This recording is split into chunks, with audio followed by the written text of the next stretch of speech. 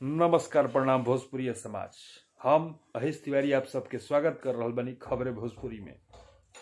Thumbnail देख के पता चल गई हुई कि हम कौना बारे में न्यूज बना रहल बनी। हम पावर स्टार पवन सिंह जी से कहल चाहब कि महाराज इ रउआ का कर रहल बनी। विरोधियन के रउआ हार्ट अटैक करवा देब, एक दिन कहियो पगला के मर जी है सो। एकनी के आदत बा कुछ ना कुछ कॉपी करे के, कुछ ना कुछ चुरावे के।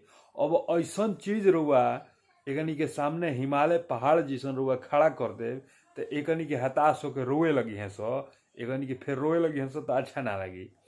तो भोजपुरी समाज रुआ सभी के बता दी कि नया साल पे पावर स्टार पवन सिंह जी के एकदम डबल ट्रिपल धमाका होखे वाला बा। एगो फिल्म में हेलीकॉप्टर से सीन शूट कर गई बा। हमनी के क्रिकेटर महेंद्र सिंह धोनी एगो हेलीकॉप्टर शॉट के यूज करत रहन। हमनी के भोजपुरी स्टार, हमनी के भोजपुरी के दबंग स्टार माने जवन कह दी, हमनी के भोजपुरी के महेंद्र सिंह धोनी कह दी, पावर स्टार पवन सिंह जी हैं। वहाँ के एगो हेलीकॉप्टर सीन अपना फिल्म में लेके आयल बनी। अब भोजपुरी समाज खातिर ई मजा के बात बा।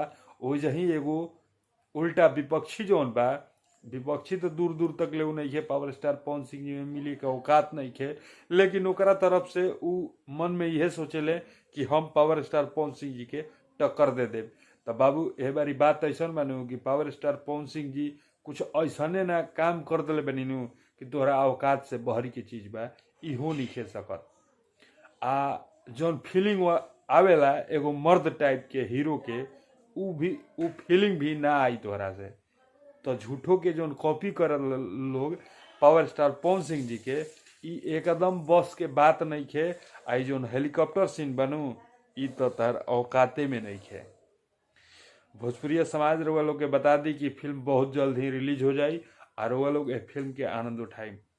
मिलल जी अगला वीडियो में, तब तक खातिर जय माँ विंध्यवासिनी।